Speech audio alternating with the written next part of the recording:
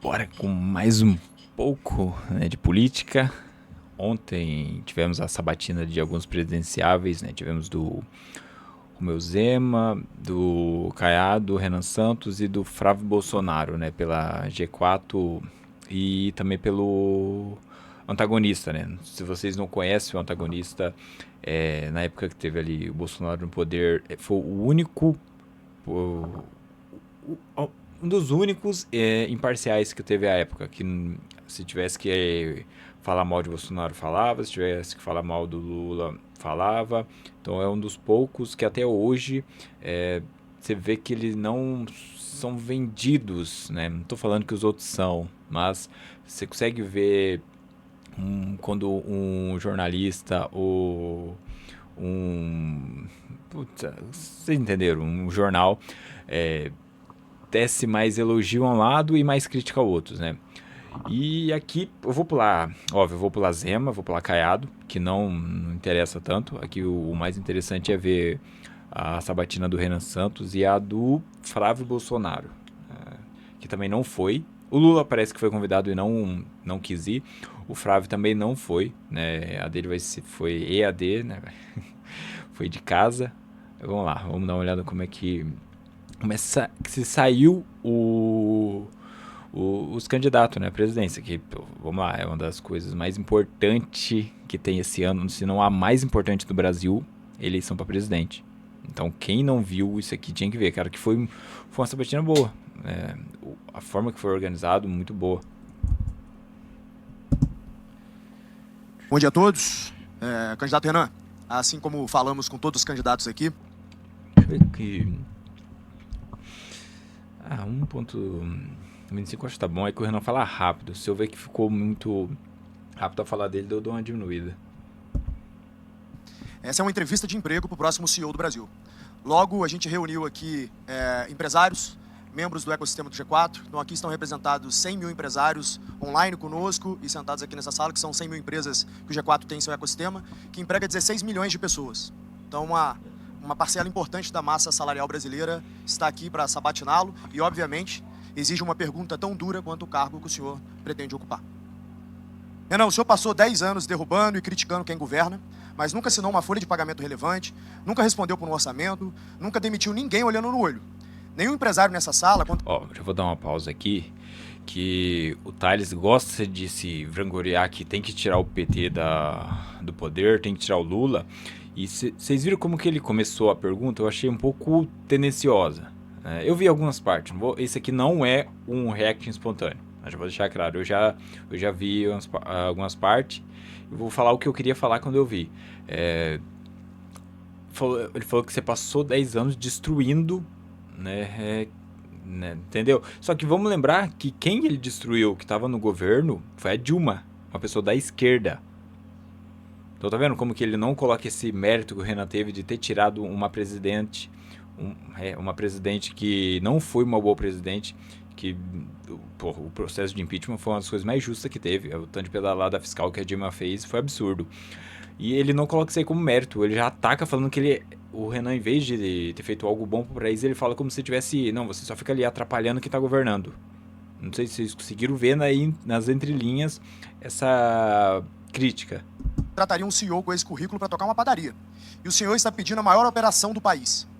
E o problema não para na execução. Alcança também as suas convicções. O senhor diz que bolsonarismo e petismo são duas faces da mesma decadência. Mas as pesquisas desenham um segundo turno entre Flávio Bolsonaro e Lula. E nesse cenário, não existe terceira face hoje. Branco e nulo não somam para ninguém. Só que o seu eleitor é esmagadoramente antipetista. Então, cada voto seu que se anula desfalca apenas o lado que enfrenta o Lula.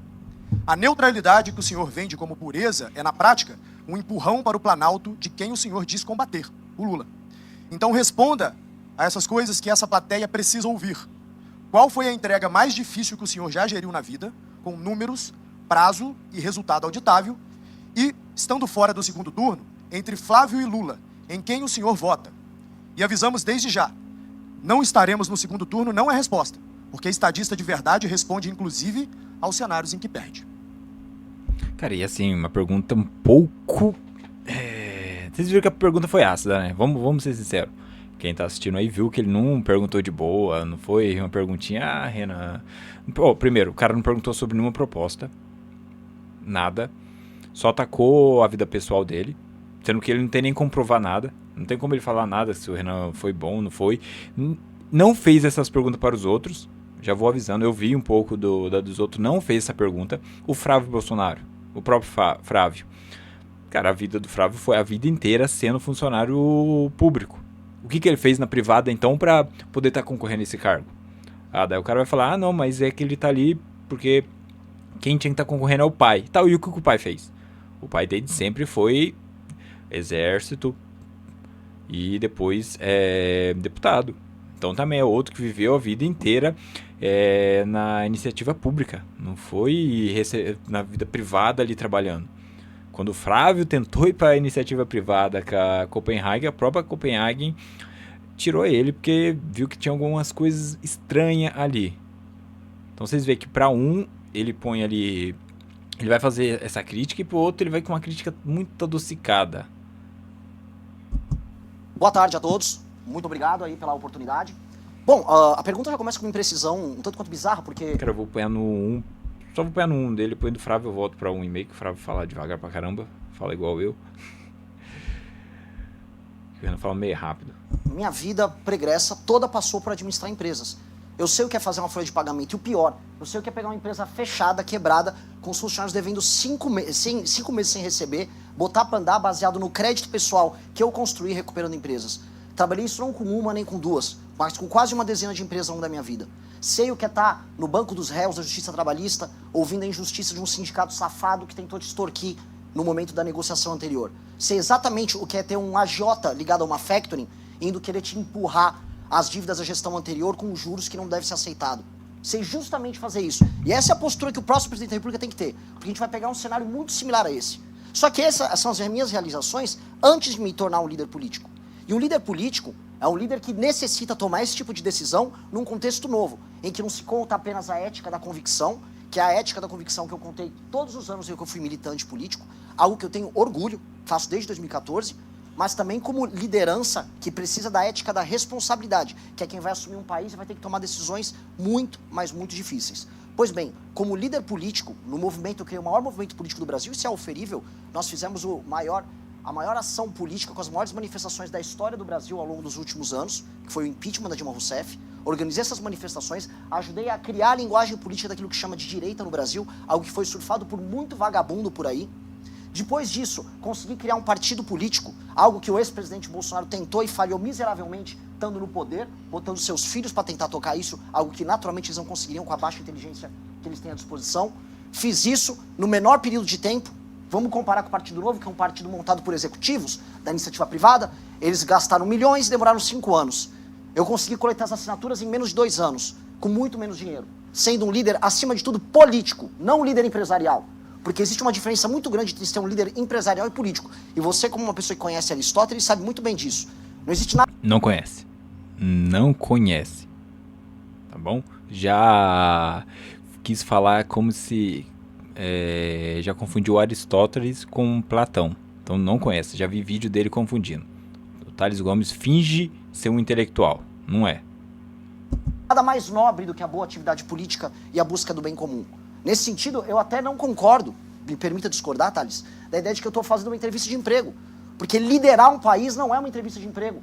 Liderar um país é apontar o caminho de um povo como um todo.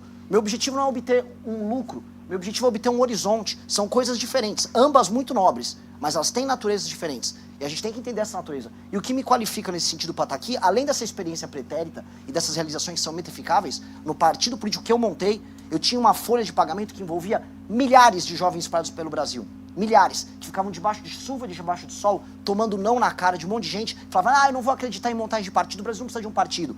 E eu tinha que toda quinta-feira, toda sexta-feira, pagar o valor deles, obtendo doação, vendendo produtos, e montei um partido vendendo livro. Num país de pessoas iletradas que não dão valor à leitura, eu vendi livro e a venda de livro foi responsável pelos 50% do faturamento que montou esse partido. Então o que eu sou é um líder gestor qualificado no setor privado, porque a política, a atividade política que eu toco, inclusive o partido político, é um ente privado. E é um ente privado em que nós fazemos muito mais com muito menos. Criei a revista Valete, que é a segunda maior revista de política e cultura do Brasil, impressa, depois da revista Piauí. Não estou falando em digital, porque ela nossa é só impressa. Criei um ecossistema do Valete Plus com 50 mil usuários para produção de conteúdo independente, uma rede social própria. Isso nos qualifica usando, volto a colocar, o que há de melhor em termos de gestão, para ser um grupo político inovador. E aí o que as eleições nos mostram é fazer mais com menos. Sobre a política de segundo turno, eu volto a repetir, eu vou lutar e um líder não vai ficar aqui falando, eu não vou para o segundo turno, e qual é esse cenário? Não posso fazer isso. Imagina o Alexandre em Galgamela, você ama o Alexandre assim como eu. Imagine o Alexandre em Galgamela, não sei, acho que vou negociar com o Dario. Não, ele foi até o fim. E eu tenho que ser assim, porque o mesmo time, o mesmo exército de militantes que eu motivei a montar o partido político, eu tenho que motivar agora. E eu não posso ter compromisso com o erro. A família Bolsonaro e o lulismo são duas faces da mesma moeda, não porque são iguais, eles são diferentes entre si, mas porque ambos geram danos terríveis para o nosso futuro. A gente está penhorando o nosso futuro. A discussão política dessas eleições vai ficar centrada no quê? O Lula dá mais um pouco de pé de meia, o Lula dá mais um vale-gás para as pessoas e o Flávio Bolsonaro oferecer celular de graça para mulher, para melhorar a intenção de voto com mulher? Essa que se tornou a discussão política no Brasil, tinha que estar falando de desindexação, desvinculação, reforma de competitividade. Eu não aceito trabalhar com essas categorias. E isso não é ficar neutro, isso não é fugir. Até porque quando você adota esse caminho, o que acontece é que você apanha dos dois lados, que foi o que aconteceu comigo. Mas sabe o que acontece também? Você se torna um líder melhor.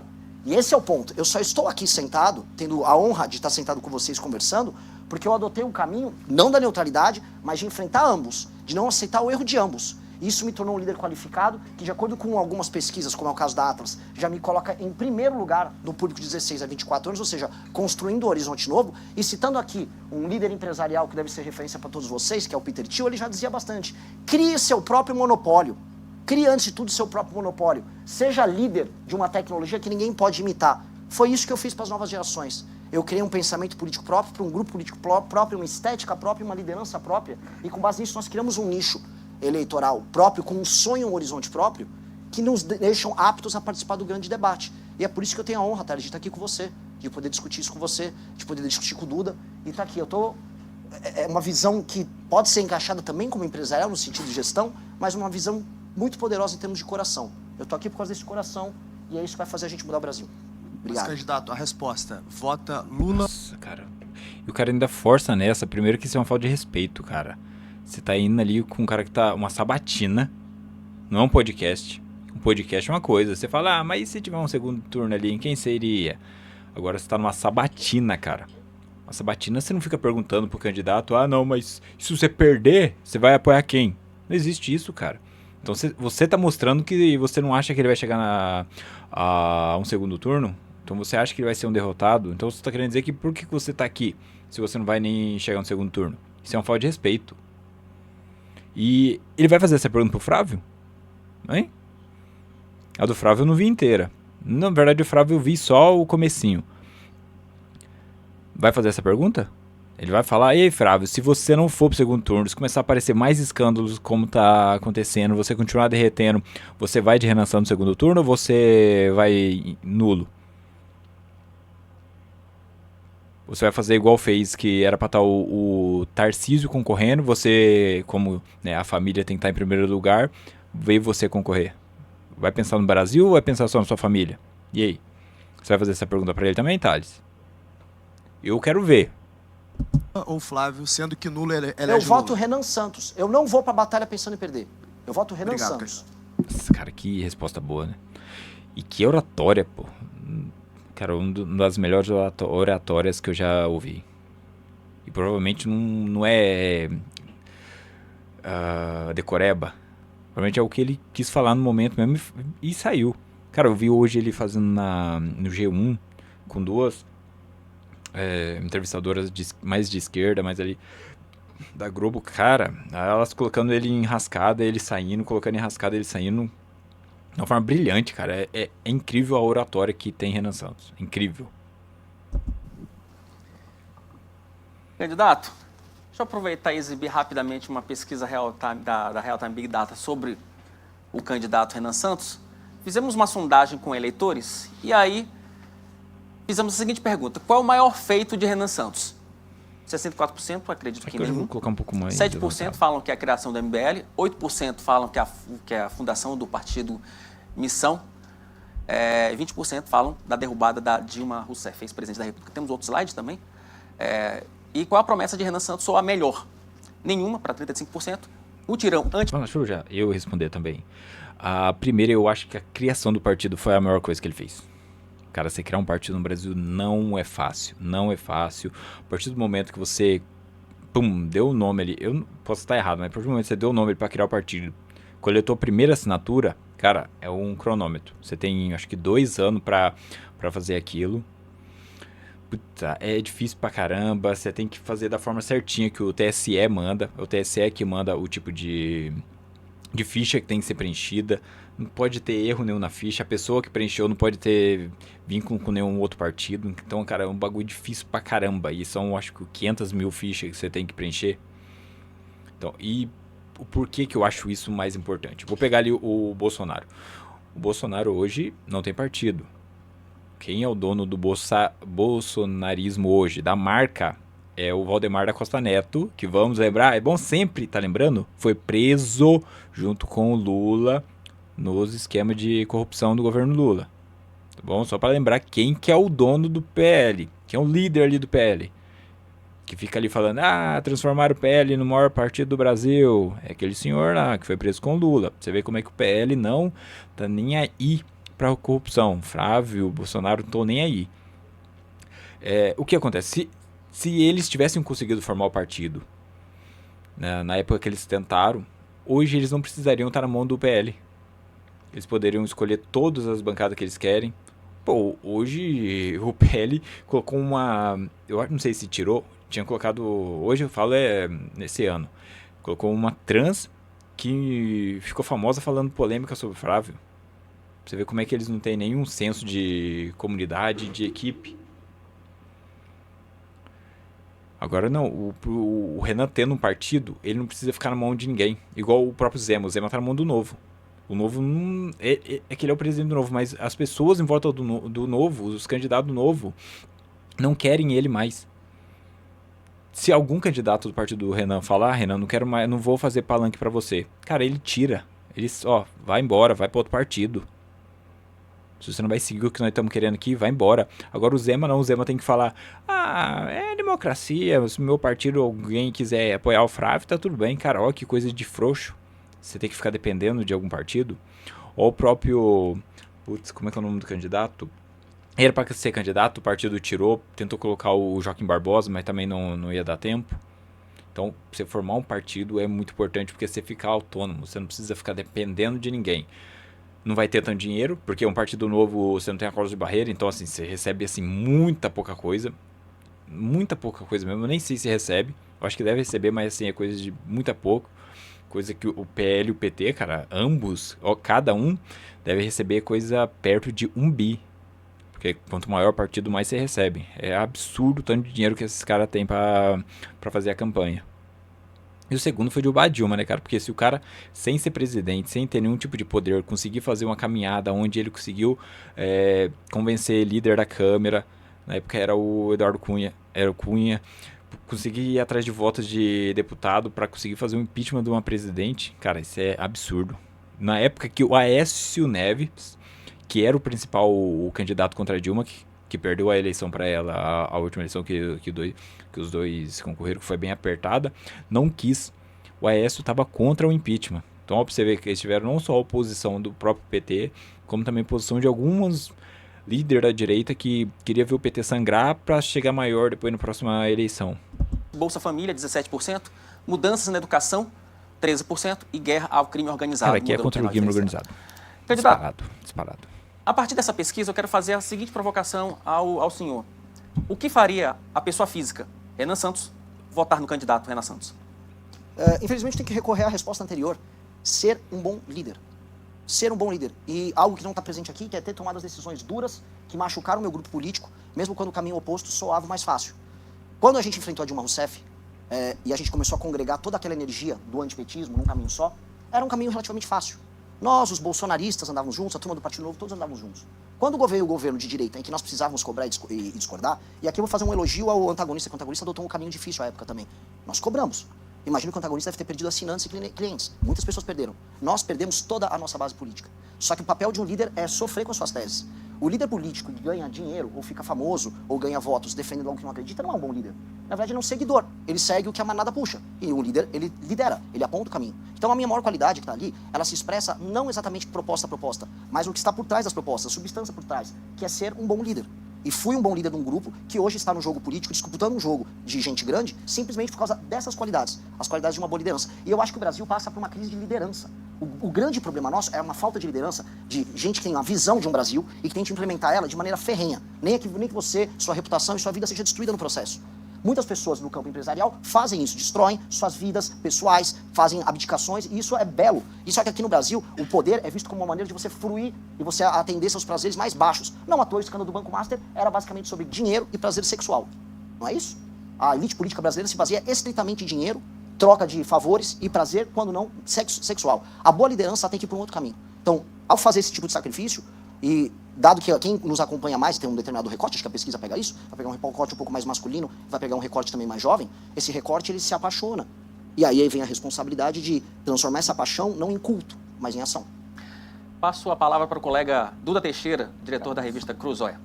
Renan, vamos começar pela questão mais polêmica, que é o bordão que vocês têm do prendeu, matou, né? Você pode Eu explicar? pra não ficar muito longo, eu vou já pra do Flávio, cara, porque tá... Não tem o que falar, né, cara? O cara fala bem demais. Não vai ter nenhuma pergunta mais áspera que nem a do Thales Híspida, né? Nossa.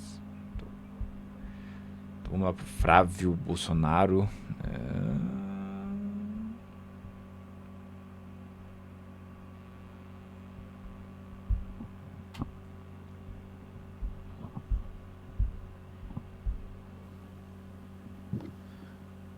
Bom dia, senador. Tá ouvindo Bom a dia. gente aí? Bom dia, Thales. Bom dia a todos que nos assistem aí. Bom dia, tô ouvindo bem.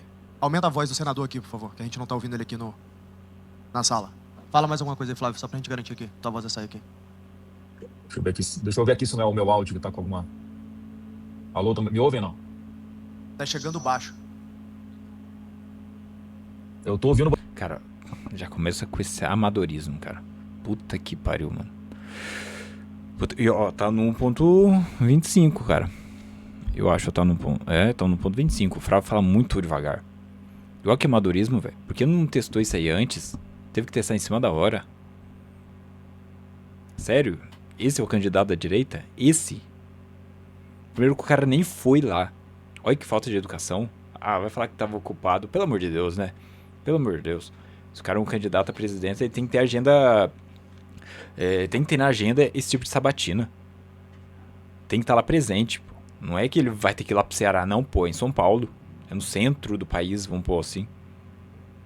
Você bem aqui, Thales. A gente tá com um problema no repasse do áudio aqui. Só um minuto, senador, que a gente vai organizar isso aqui. Oi, Heitor. Olha como é que o bicho copia o Renan até na estética, cara. Coisa de capacete aqui. O capacete do Ayrton. Uma réplica, né? Porque o Renan é fanático por Fórmula 1. Cara, o Flávio não tem nada de original, velho. Desculpa, cara. Tudo nele é uma farsa. Fala alguma coisa agora, 1, senador. 2, 3, testando. Oi, alô? Tá bom agora. Me ouvem bem agora? Agora ouvimos. Bom dia, senador. Eu falo aqui não em nome Bom do dia. G4, em meu nome, mas em nome de 100 mil empresas que são membros do G4 e que empregam 16 milhões de pessoas. Durante o meu discurso de abertura, eu diria que isso aqui é uma entrevista de emprego, né, para o novo CEO do Brasil. Então, estamos sendo duros, como temos que ser, para o homem que pretende assumir uma operação tão relevante como o Brasil. Então, não leve pelo pessoal, a pergunta é de fato dura, mas com a dureza que o cargo exige.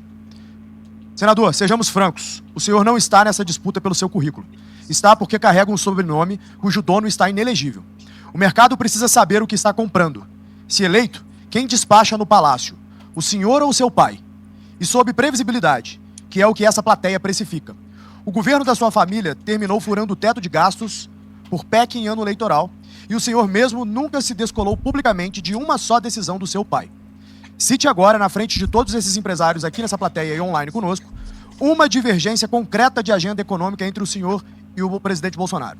Se não existir nenhuma, por que o seu nome está na urna? Cara, essa que foi a pergunta. Ele chegou a esboçar que seria uma pergunta difícil, e no final ele... Aqui, Flávio, Tó, levanta a bola pro Flávio e fala, só fala isso aqui, ó, o que você tem diferente do seu pai aqui? Caralho, velho. Não vai fazer pergunta do Vorcaro. Não vai perguntar sobre o teto de gasto. Ele mesmo falou que passou o teto de gasto. Por que você não fez essa pergunta? Por que não parou aí a pergunta? Não. Ele só falou, aconteceu isso aqui, né? Mas deixa aqui, ó. É irrelevante. O que você tem diferente do seu pai? Essa é imparcialidade? Daí o povo fala, o Thales é fã da família Bolsonaro. Quer ficar bravo. Mas olha isso aí. Sério mesmo, se vocês que viram isso não viu que foi uma perguntinha boba, que ele foi ameaçar fazer uma pergunta difícil, ele só trouxe isso aqui, daí depois no final ele falou, responde essa aqui, ó, que é bem fácil. Bom dia, Thales, bom dia a todos que nos assistem aí, grande honra me dirigir a todos vocês e também quem está nos acompanhando aqui pelo meio virtual. Bom, é uma entrevista de emprego, concordo, e mais do que isso, eu sou alguém que estou mais do que preparado. Ai, entrevista de emprego. É porque não fez a pergunta de emprego pra ele também, né? Porque não fez também a do segundo turno que fez também pro Renan. Ué? Porque não perguntou, ei, Flávio, você vai votar no Renan ou no Lula se ambos for pro segundo turno? Flávio, o que você fez na vida privada pra merecer estar aqui? Para assumir o comando desse país, alguém que tem a consciência e a sabedoria de como lidar com o Congresso Nacional e alguém que compreende como funciona o jogo do poder em Brasília. Ela é completamente diferente da iniciativa privada, mas eu entendo que, como fizemos já no governo do presidente Bolsonaro, muitos dos princípios da iniciativa privada nós vamos trazer para a administração pública. Não tenho nenhuma dúvida que eu vou montar o melhor time de ministros que esse país já viu. Então, Thales, eu sou Flávio Bolsonaro, eu sou advogado, eu sou empresário. Advogado que, né, o escritório talvez, né, fez ali negócios com a turma do Vorcaro também, né? Teve ali parece que 1,5 milhão, né, de emissão de notas. Daí depois ele falou que cancelou as notas porque ele não queria fazer o serviço. Olha que coisa louca. Ele falou, teve isso tudo porque ele falou que nunca tinha visto falar do cara, né? Não conhecia, mas tá bom. Falou que não prestou o serviço, até cancelou as notas porque não queria fazer o serviço. Mas peraí, quando você vai fazer um serviço, você já fala que não quer. Você não chega a fazer a nota. Quando você faz a nota, se pressupõe que já foi feito o serviço, certo? Então como é que tudo que sai dele não dá pra confiar. Não dá pra confiar em nada. 24 anos na vida pública, são 4 mandatos como deputado no Rio de Janeiro, 8 anos... Lembrando que começou na vida pública como funcionário fantasma do Roberto Jefferson. Sabem o que é funcionário fantasma, né? Que é a pessoa que não vai trabalhar, mas recebe. Como senador da República, sendo 4 deles participando... mesmo, que é o funcionário fantasma que ficou mais evidente, que foram atrás, mostraram. O irmão dele, tinha uma coisa absurda do cara tá põendo digital lá em Brasília, trabalhando, supostamente trabalhando, e no mesmo momento ele tava colocando digital, ele tava na faculdade no Rio de Janeiro. Então, o cara é o noturno. Direto ou indiretamente, das tomadas de decisão durante o governo do presidente Bolsonaro, num período em que nós que estamos vivos foi o mais difícil da nossa história, que foi a pandemia. Então eu estou com um excepcional time ao meu lado, Thales, e algumas coisas eu faria diferente do presidente Bolsonaro, né? Não apenas no tocante aí a questões pessoais, né? Eu sou um Bolsonaro vacinado, de fato, diferente do presidente Bolsonaro, alguém que garantiu, né, que todos os brasileiros que quisessem tivessem acesso à vacina. Ué? Então ele tá contra esse povo aí que agora tá falando que a vacina era ruim? Não entendi, cara. Eu, sinceramente, não entendi. Porque agora tá começando a surgir um monte de vídeo contra a vacina. O próprio Thales postou no Instagram dele, falando que eles estavam certo, que a vacina não era... foi tudo implantado. Ué, o Flávio tá contra? Não entendi, cara. Não entendi essa aí. E aí? Alguém que fez o maior programa de distribuição de renda dessa história, que foi o Bolsa Família, com um piso de R$600 para que as pessoas não precisassem ir para mercado. Bolsonaro queria menos. Isso é mentira. Bolsonaro queria R$200. Não foi ele que aumentou. Ele era o presidente quando foi aumentado, mas não foi ele que falou, vamos aumentar isso aqui. Não, ele queria 200. Saquear mercado, assaltar a casa do vizinho para ter o que comer, né? Já que nesse momento muitas pessoas, o comércio estava fechado, ninguém podia trabalhar, ninguém podia circular, e certamente a forma de se colocar, a forma de se relacionar com outras, principalmente com a imprensa, eu acho que é uma coisa que o meu filme de vida fala melhor. do que em relação ao meu pai, mas eu sou sangue de Bolsonaro. São os princípios e valores que nós aprendemos aqui com ele e que foram ressuscitados nesse país, Thales, que é respeito à família, respeito às cores da nossa bandeira. A bandeira do Brasil estava jogada na lata do lixo quando o presidente Bolsonaro iniciou a sua trajetória muito antes, né, de 2018, e hoje nós brasileiros temos orgulho das cores da nossa bandeira. Não, antes do Bolsonaro, o brasileiro já tinha orgulho do país. Foi antes. Com a Lava Jato ali, com o Sérgio Moro prendendo Lula. Cara, o PT nessa época tava com vergonha. Os petistas tinham vergonha de usar vermelho. O Bolsonaro ganhou 18 porque ele chegou nessa onda, Lava Jato, tudo. E até antes dele estar nessa onda, ele era vaiado em alguns comícios que ia. Não é que ele era unanimidade. É que depois, quando chegou perto da eleição, pô, vamos nesse cara aqui. E depois do Bolsonaro, o PT cresceu. Então ele foi a pior coisa que poderia acontecer pra direita. Porque a direita veio só de vitória. Pum, derrubou a Dilma. Ali com o MBL, o Vem Pra Rua. Pum, Sérgio Moro. Prendeu todo mundo que tinha que perder, que era vagabundo. Chega Bolsonaro, puf, derruba tudo isso aqui, fala que... Como é que ele falou no governo dele? Que não ia precisar ter Lava Jato. Ele acabou com a Lava Jato. É que as pessoas têm memória curta. Não sei, elas parecem que isso tudo que aconteceu foi só um delírio coletivo, não aconteceu nada. O Bolsonaro foi um deus aqui no Brasil e com ele todo mundo estava bem. E sabemos que o Brasil tem jeito, o Brasil pode ser governado por um presidente honesto, um presidente comprometido em devolver a esperança ao povo brasileiro, e é assim que eu pretendo me comportar, Thales, com muita responsabilidade e muito consciente da minha capacidade política, porque ninguém faz nada sozinho. Não adianta prometer um monte de coisas mirabolantes aqui e não ter condições de viabilizar isso dentro do Congresso Nacional ou, de alguma forma, fazer com que o Supremo Tribunal Federal ou alguns ministros do Supremo Tribunal Federal voltem a respeitar a Constituição para que possamos ter previsibilidade, segurança jurídica novamente e que a lei volte a valer para todos. Obrigado, candidato. Vamos ver um pouquinho só de alguma pergunta dele também já. Candidato, quem fala já que é o chega. Wilson Lima. Não dá pra ficar ouvindo esse cara, não. Antagonista em Brasília. Temos uma pesquisa da Real Time Big Data sobre o candidato Flávio Bolsonaro. Vamos colocar na tela, se possível, só pra gente constar. Será que a gente consegue colocar na tela o levantamento? Tá aqui. Foram feitas duas perguntas. Primeiro, qual é o melhor motivo para votar em Flávio Bolsonaro? Não há motivo para 50% dos pesquisados. 7% acham que ele é mais moderado que Jair Bolsonaro. 16% falam que pelo fato de ter sido indicado por Jair Bolsonaro. E 27% acham que pelo fato de ser o único que pode ganhar de Lula. Temos um outro slide dessa sondagem da Real Time Big Data. Qual promessa de Flávio Bolsonaro soa melhor? Nenhuma para 38%, 14% responsabilidade fiscal e corte de impostos, 17% plano real da saúde e 31% plano Brasil sem medo, endurecimento penal. Candidato, a pergunta que eu lhe faço é a seguinte, eu fiz essa pergunta para os demais candidatos e eu refaço ao senhor.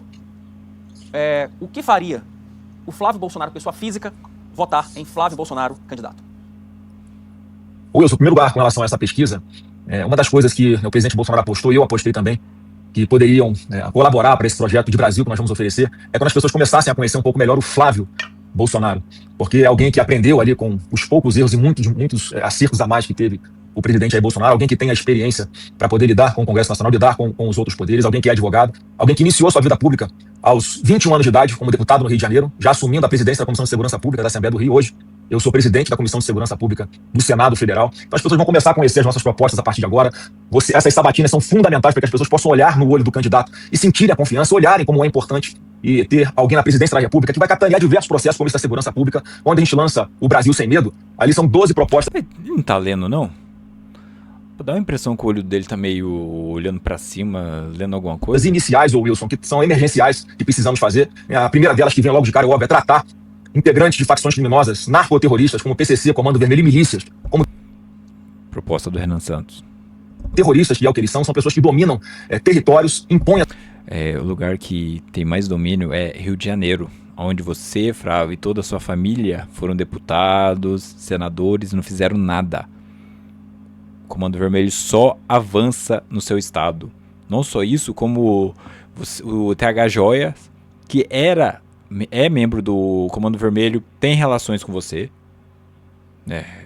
Tá aí na mídia, qualquer um pode procurar. O Bacelar, também do Comando Vermelho, tem relação com você também. Então como que você vai combater o crime organizado se você tem algumas relações estranhas com eles? sua própria lei, um poder paralelo.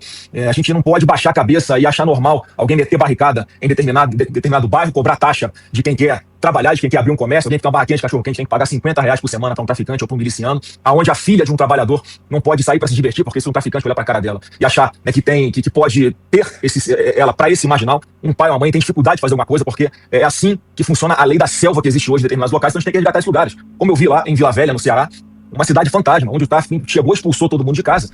Onde o Renan foi o primeiro a ir lá mostrar.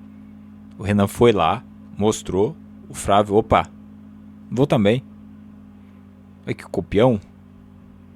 E por coincidência, na hora que eu estava lá, fazendo o reconhecimento da área e gravando alguns conteúdos, muitos estavam voltando para as suas residências, onde eu me comprometi ali, Wilson, não só a retomar aquele bairro, aquele local, devolver ao Estado com os serviços públicos que eles têm direito de segurança, de saúde, de educação de qualidade, de iluminação, de asfaltamento, de saneamento, de água tratada na pia da sua casa, mas também um grande projeto habitacional para devolver dignidade, e ali vai servir como modelo para todo o Brasil. Então, diversas coisas que nós fizemos ao longo do governo do presidente Bolsonaro, por exemplo, outra coisa que eu vou insistir bastante, nós temos mais de 420 mil títulos de propriedade, seja em áreas rurais, seja em áreas urbanas, pessoas que esperavam há 60 anos um título de propriedade, e o presidente Bolsonaro deu essa dignidade, as pessoas podem plantar naquele local, o que ela plantar vai ser dela, não vai ser de um movimento que se apropria do que ela produz, ela vai poder deixar de herança para sua filha, para sua neta, aquela propriedade, aquela mãe que tanto lutou para ter aquela propriedade.